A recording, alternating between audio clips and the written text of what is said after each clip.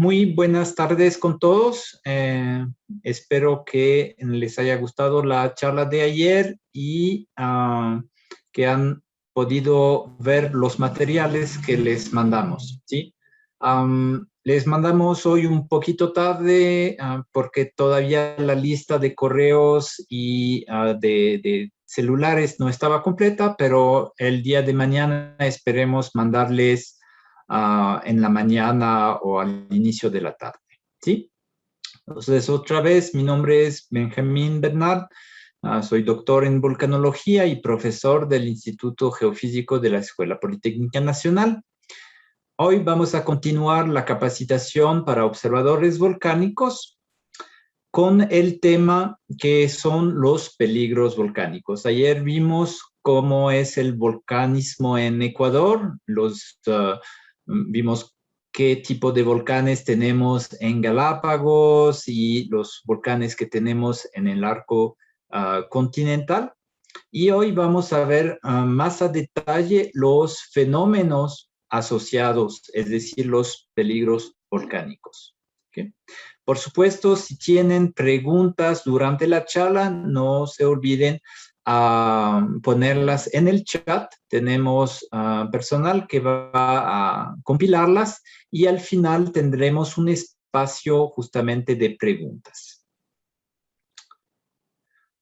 Ok, entonces vamos a empezar con un fenómeno que es muy común, que son los gases volcánicos, ¿sí? El magma tiene en su interior, tiene gases disueltos, un poco de la misma manera que una soda o una cerveza, y llegando cerca de la superficie, el magma va a empezar a perder esos gases. Esos gases van a salir del magma, ¿sí? Y pueden incluso llegar a la superficie antes de la erupción del magma mismo, ¿sí? Entonces, esos gases pueden ser emitidos antes, durante y después de una erupción. Los más comunes son el vapor de agua, ¿sí? H2O, ¿sí? Que vemos aquí. Es un gas sin olor e incoloro. Aquí lo podemos ver porque se condensa en pequeñas gotitas, hace como nubes, ¿sí? Pero a más alta temperatura es incoloro, ¿sí?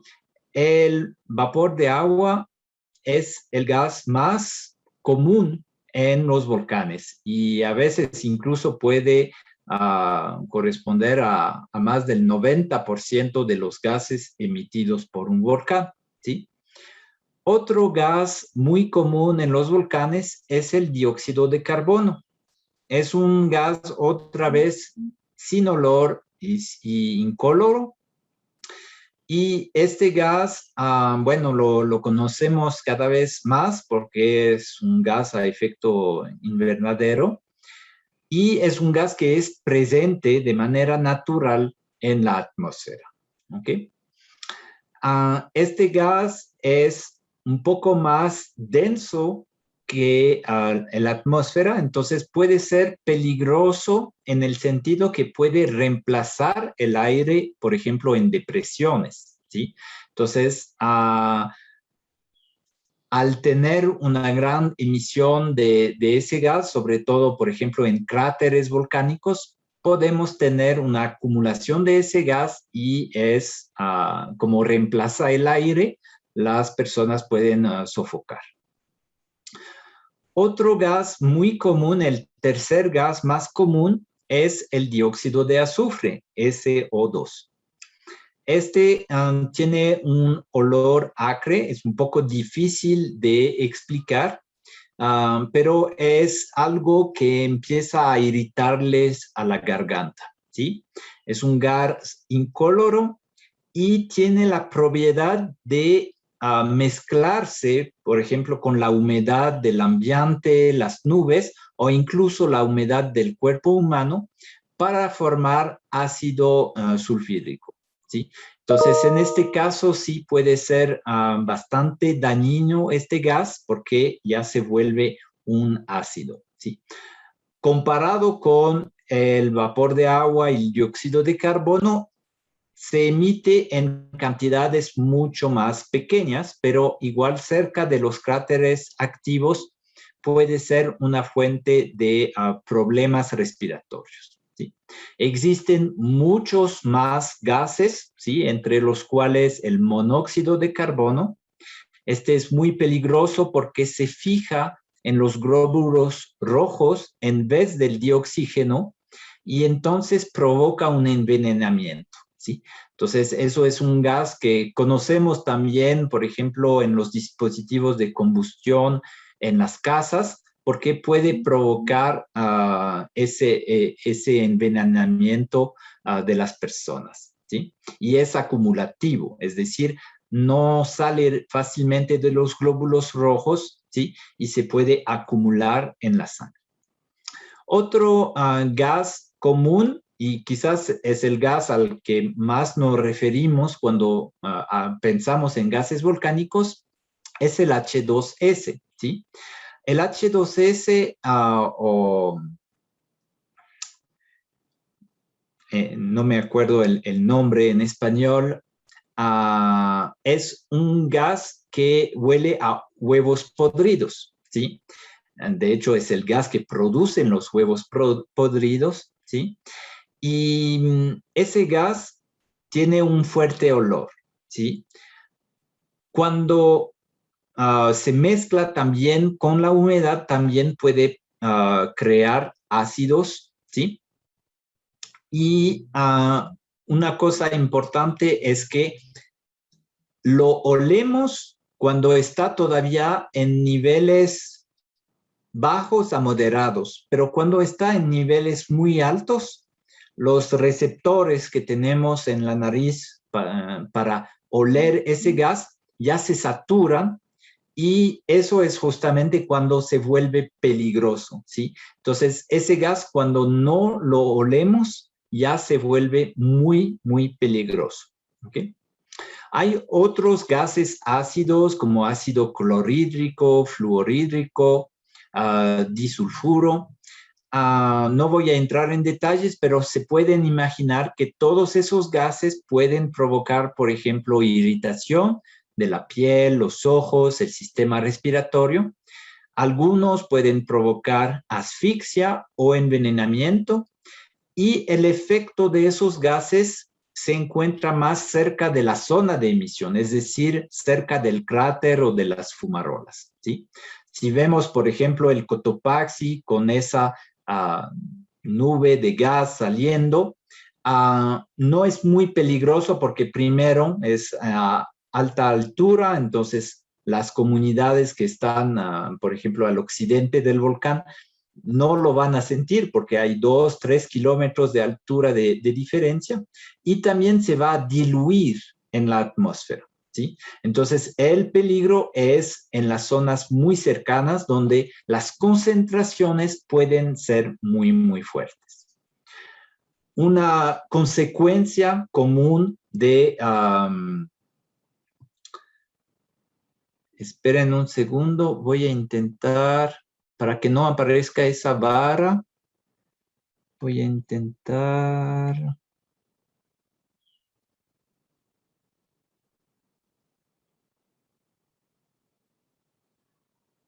No, no le puedo fijar. Okay.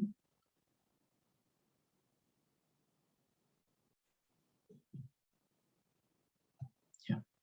Perdón, es que estoy intentando quitar esa barra que a veces ven, pero es cuando utilizo el mouse. Sí, no le puedo quitar.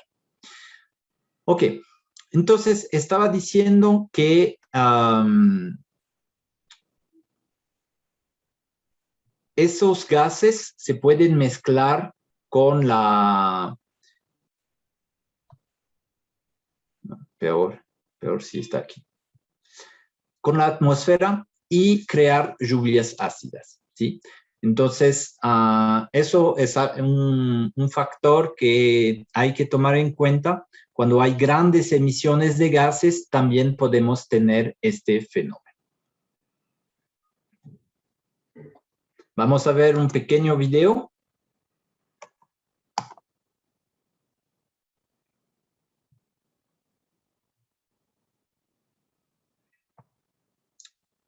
Perdón. Entonces, eso es una fumarola justamente donde tenemos gases que salen alrededor de 100 grados, ¿sí? Y en esos gases sabemos que hay azufre y al salir a la atmósfera hay un cambio de presión y temperatura y eso provoca la precipitación de azufre nativo, ¿sí? Este es el cráter del Cotopaxi con una emisión de gas.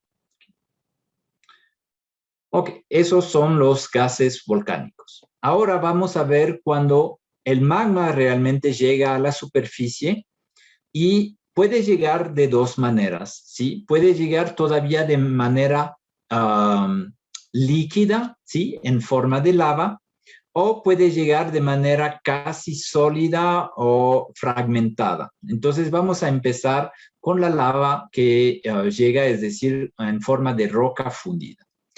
La lava es roca fundida que desciende del volcán o puede acumularse sobre el conducto, ¿sí?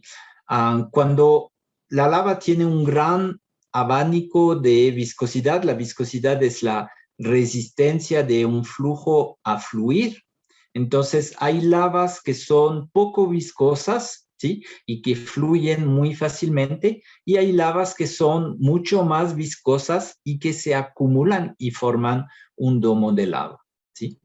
La temperatura varía mucho. Las lavas de temperatura baja están alrededor de 800 grados y las lavas de temperaturas altas alcanzan los 1200 grados Celsius, ¿sí? Eso también va a modificar justamente la viscosidad. La viscosidad de la lava depende en parte de la temperatura. Además de modificar la viscosidad, la temperatura va a modificar la velocidad, porque la velocidad es justamente una consecuencia de la viscosidad. Típicamente las velocidades son bajas, alrededor de 5 kilómetros por hora.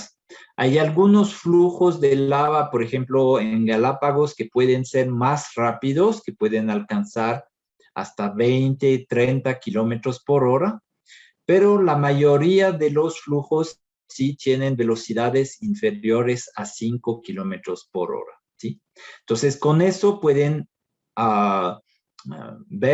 pueden pensar que un flujo de lava no va a ser el peligro volcánico más letal porque los animales y las personas pueden escapar relativamente fácilmente de un flujo de lava. ¿Okay? Uno de los fenómenos secundarios asociados a los flujos de lava son los incendios, ¿sí? Por esa alta temperatura pueden incendiar bosques, ¿sí? Y esos incendios, dependiendo si hay mucho viento, se pueden desplazar más rápido que el flujo de lava, ¿sí? Otro fenómeno asociado a los flujos de lava son los colapsos de frentes, ¿sí? Entonces, en la segunda foto, desde en el medio, tenemos justamente un flujo de lava en el volcán reventador y lo que estamos presenciando es un colapso del frente de lava, ¿sí? Esos colapsos sí pueden ser un peligro porque el colapso va a ser un poco más rápido que la lava. El área afectada por lavas es generalmente confinada a zonas proximales hasta el pie del volcán, típicamente alrededor de 5 o 10 kilómetros del cráter. Okay. Entonces, ahora vamos a ver un pequeño video otra vez que muestra justamente los diferentes tipos de lava en función de su viscosidad. ¿Sí? Un poco como las fotos de la derecha, tenemos flujos muy calientes, muy fluidos, que son como los de Galápagos, ¿sí? Flujos de lava tipo basalto. Luego tenemos lavas un poco más viscosas que todavía hacen flujos, pero que avanzan muy lentamente, como la foto del medio, que es una lava del volcán Reventador, que es de composición, se llama una andesita. Y luego tenemos lavas todavía más viscosas que se acumulan sobre el conducto y forman lo que se llaman domos volcánicos, como las lavas del Pululahua que pueden ver en la foto de abajo. Entonces vamos a ver un video con justamente esos tres tipos de lavas, ¿sí? Aquí un flujo muy fluido, eso es en Hawái, pero podría ser lo mismo en Galápagos, es un basalto. Aquí una lava mucho más viscosa, entonces vemos los colapsos de frentes de esa lava, ¿sí? Y aquí vemos domos de lava en el volcán Mount St. Helens en Estados Unidos, ¿sí? Entonces vemos con las fechas que cambian, ¿sí? Que es un fenómeno muy, muy lento, ¿ok? Listo. Entonces vamos a continuar. Eso era cuando la lava sale de manera fluida, ¿sí? Sin embargo, en muchos volcanes y sobre todo los volcanes del arco continental, tenemos erupciones que se dicen explosivas, ¿sí? En este caso, el magma que está en profundidad ya es viscoso, ¿sí? Y tiene bastantes gases, ¿sí? Sin embargo, como es muy viscoso, los gases no pueden escapar fácilmente y empieza a aumentar la presión dentro del magma, ¿sí? Cuando el magma sube, esa presión aumenta porque los gases quieren salir cada vez más por el cambio de presión y entonces van a hacer explotar el magma, ¿sí? Esos son los que se llaman erupciones explosivas, ¿sí? Y van a formar lo que se llama una columna eruptiva. Aquí a la izquierda tenemos un esquema justamente de esa columna eruptiva, ¿sí? Tenemos cerca del cráter, en la zona muy cerca del conducto, tenemos lo que se llama la zona de jet o la zona de empuje de gases, ¿sí? Donde el movimiento de las partículas depende de los gases, de la aceleración de los gases, ¿sí? Luego tenemos una zona que se llama la zona convectiva, donde los materiales ascienden más por flotabilidad, ¿ok? Y finalmente tenemos la zona de sombrilla o de paraguas, ¿sí? Donde ya la densidad de la columna eruptiva es igual a la densidad de la atmósfera y entonces vamos a tener una extensión horizontal de la columna eruptiva, ¿sí? En esta zona es justamente donde el viento va a tener un efecto grande en dirigir hacia dónde va la ceniza. ¿Okay? Entonces, en las erupciones explosivas se forma una mezcla de gases y de fragmentos de magma. Esos fragmentos de magma, los más chiquitos, vamos a ver, se llama la ceniza, pero hay fragmentos más grandes, ¿sí? Que pueden tener hasta el tamaño de una pelota de tenis, se llama la pili. Y los fragmentos más grandes se llaman bombas o bloques, ¿sí? Pero eso lo vamos a repetir también. Ahora vamos a ver un pequeño video. Hay sonido con este video que explica muy bien el fenómeno. Entonces, por favor, me avisan si se puede escuchar. Javier, vamos a ver. Sí, está bien en el audio. Listo. El magma es ropa fundida debajo de los volcanes. Contiene gas que se expande durante erupciones, tal como las burbujas en un refresco al abrirlo. En las erupciones explosivas, esto desgarra el magma y hace pedazos roca sólida. Las explosiones forman fragmentos de magma y roca con un rango de tamaños desde polvo fino hasta bloques del tamaño de carros. El material más fino, del tamaño de arena o más pequeño, es llamado ceniza volcánica. Las rocas lanzadas de las chimeneas volcánicas son algunas veces llamadas bombas volcánicas. Las rocas más grandes caen cercanas al volcán y pueden causar muertes, heridas y daños. Las rocas grandes pueden atravesar techos y a veces incendiar edificios. La caída de rocas pequeñas puede ser tan ruidosa como una fuerte tormenta de granizo. Nubes de rocas, ceniza y gas se levantan sobre los volcanes durante erupciones explosivas.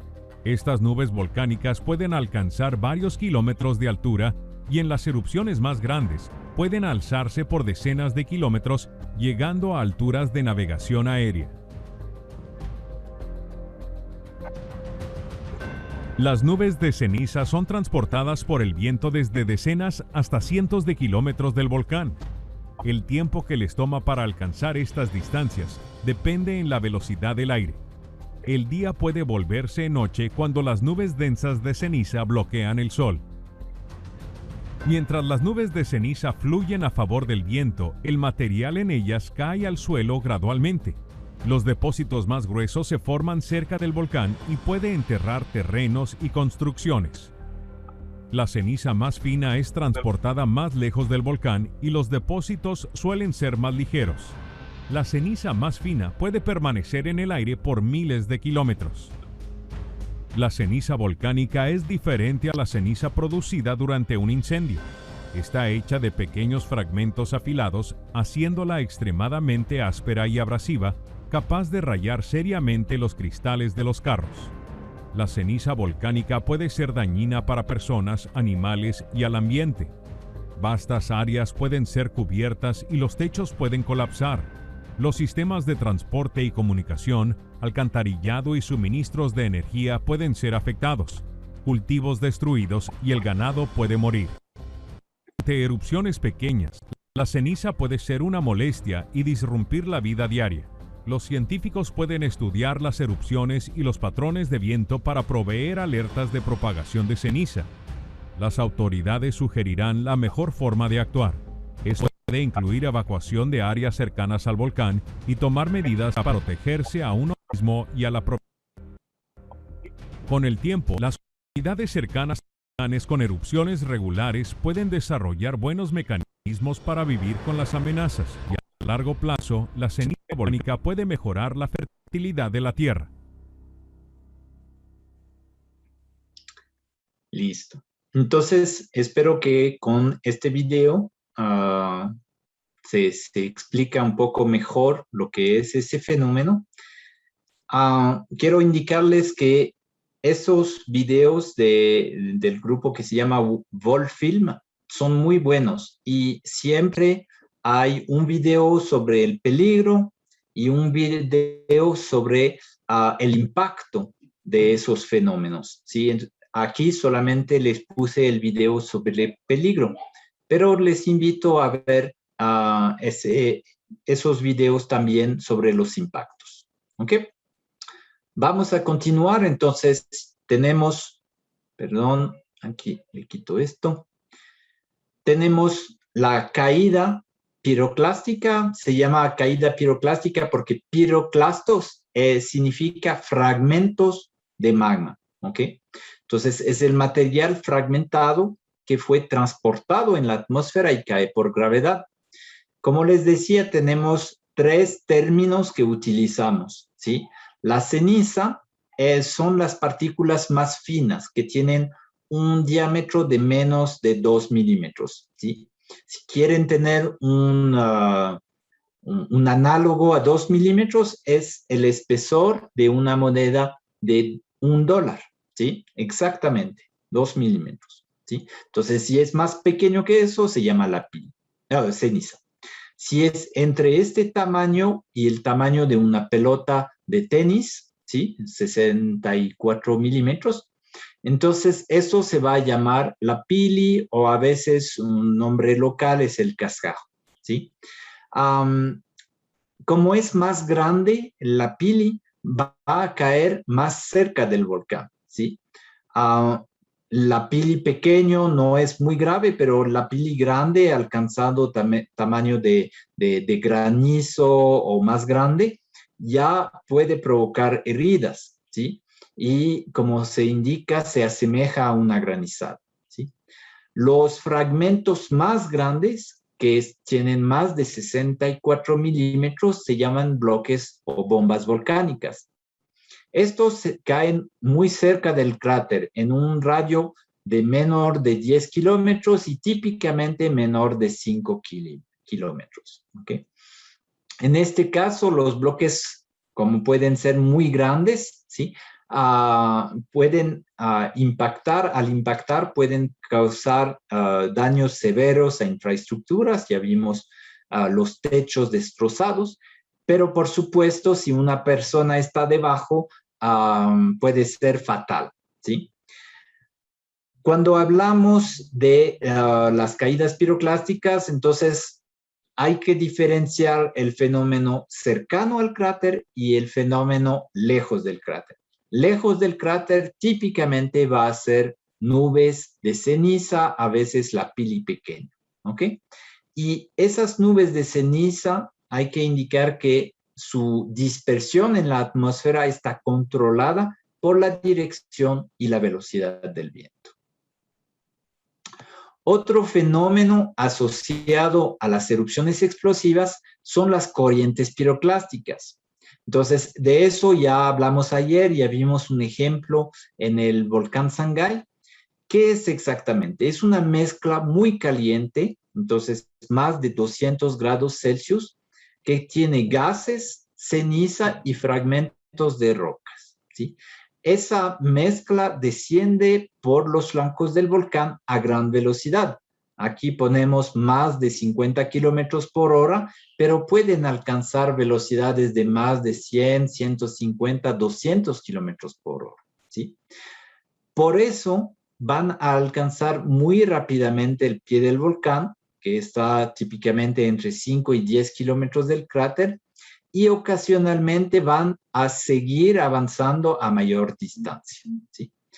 Estas corrientes piroclásticas producen una destrucción casi total, ¿sí? Y pueden provocar, por ejemplo, la fusión de un glaciar. Eso es muy importante en volcanes como el Cotopaxi, que tiene un glaciar, porque al mezclarse los materiales piroclásticos y el agua derretida del glaciar, se va a formar otro fenómeno que vamos a ver después, que son los lahares, ¿sí? En la mayoría de las erupciones explosivas se generan flujos o corrientes piroclásticas. Entonces, aquí hay otro pequeño video sobre este fenómeno.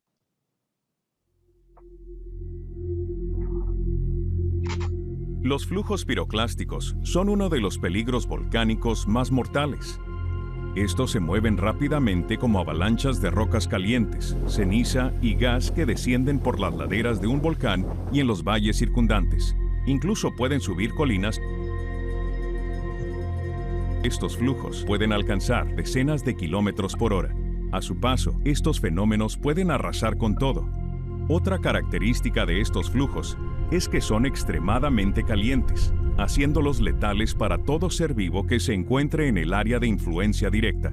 A la luz del día, tienen un aspecto de ceniza. El color puede variar entre gris claro a oscuro. En la noche pueden observarse de color rojo con tonalidades brillantes. Las altas temperaturas típicas de estos flujos queman el sistema respiratorio y causa asfixia. Hay dos formas principales de formación de los flujos piroclásticos. En ocasiones, el volcán presenta grandes explosiones manteniendo una emisión constante de rocas calientes pulverizadas y gas que ascienden rápidamente al cielo y luego colapsan formando flujos piroclásticos que descienden por los flancos. La segunda forma de generar un flujo piroclástico es por el colapso de la parte frontal de lavas. Cuando los flujos piroclásticos se desplazan por los valles, los componentes más densos y pesados quedan en el fondo. Sin embargo, se pueden formar nubes ondulatorias calientes llenas de ceniza fina que se pueden desplazar afuera de los valles.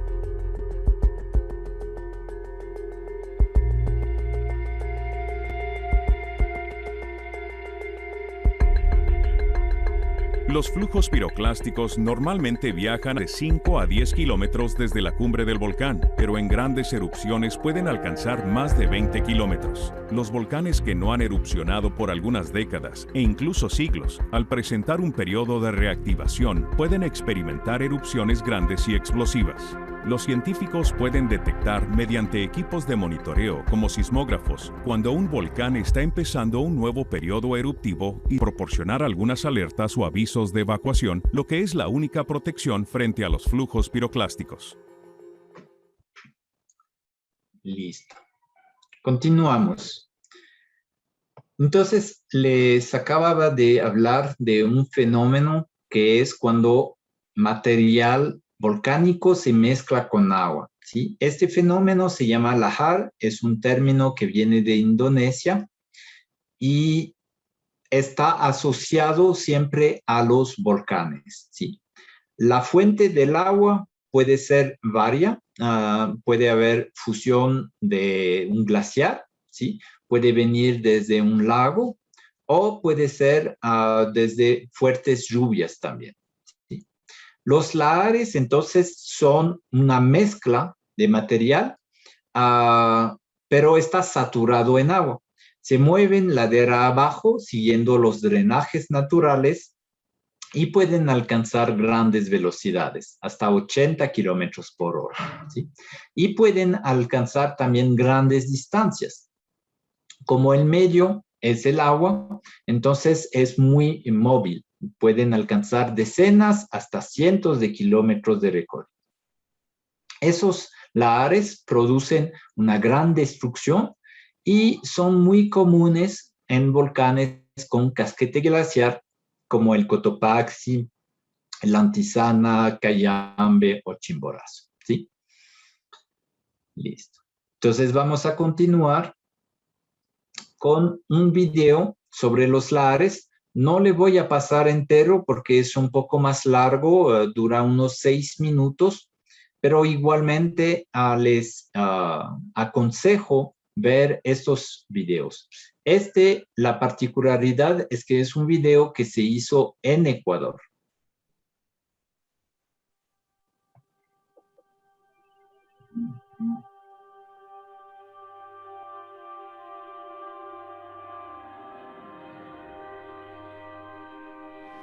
Alcanzan velocidades bastante espectaculares. They're bringing trees down, they're bringing boulders. Big, nasty, brown, rolling waves. Yo me levanté en las piernas a mi papá y le dije, papá, vámonos. Cojamos y echemos en el carro lo que más podamos y vámonos.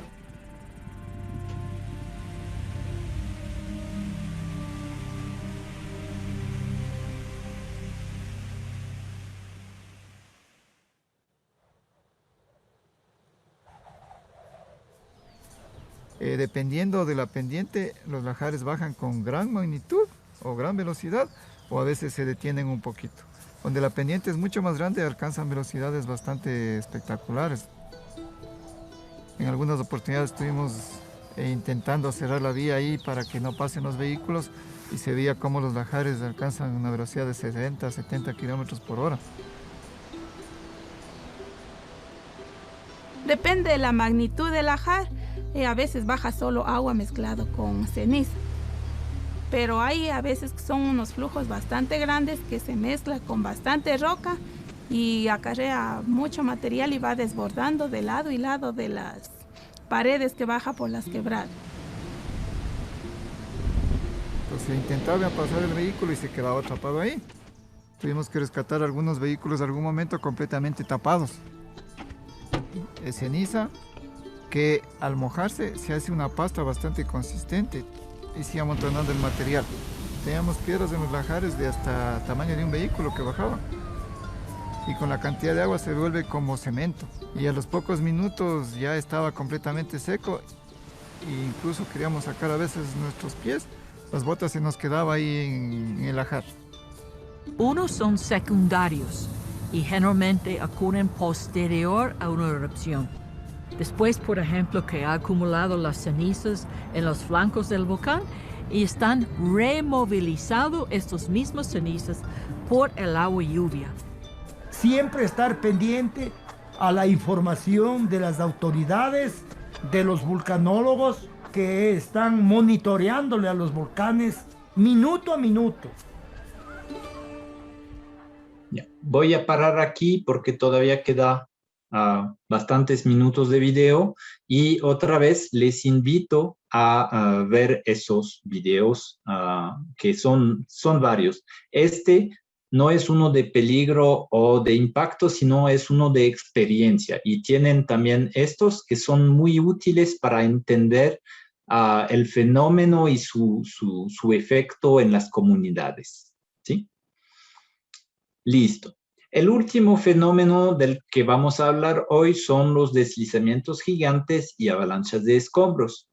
Este fenómeno hay que empezar diciendo que no es un fenómeno muy común, ¿sí? Muchas veces en los medios se dice un volcán va a colapsar. Esto es muy, muy poco frecuente. Ocurre cada miles de años, ¿sí? No es un fenómeno frecuente como los que hemos visto anteriormente, pero es importante saber de qué se trata.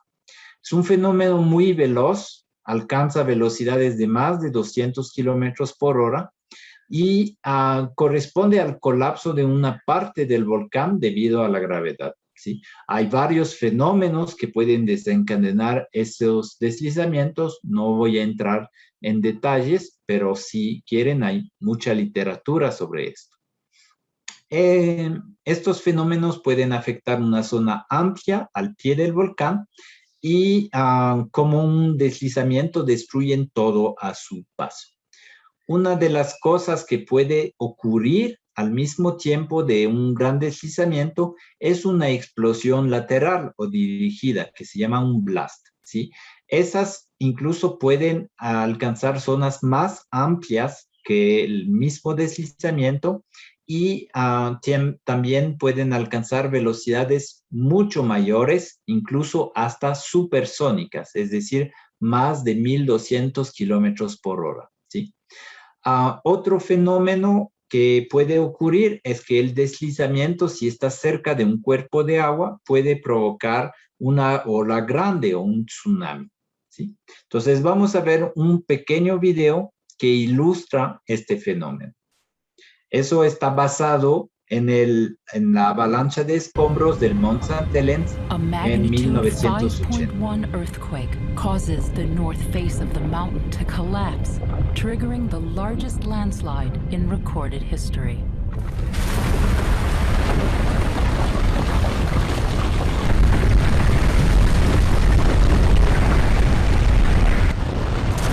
Es una animación, una reconstrucción, no es una filmación. Pressure rising from deep within the volcano rips open the mountainside, toppling entire forests, scorching everything in its path. Básicamente están diciendo que destruye todo a su paso.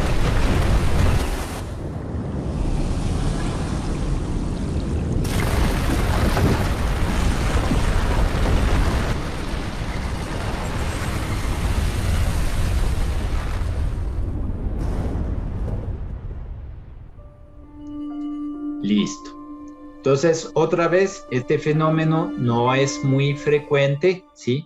Hay que conocerlo, ¿sí? Incluso se puede reconocer en el paisajes de muchos volcanes en Ecuador, pero no es un fenómeno muy frecuente, ¿sí? Nos vamos a concentrar como observadores volcánicos en los otros fenómenos, en reconocerlos bien. Listo. Entonces, eso es todo para la charla de hoy.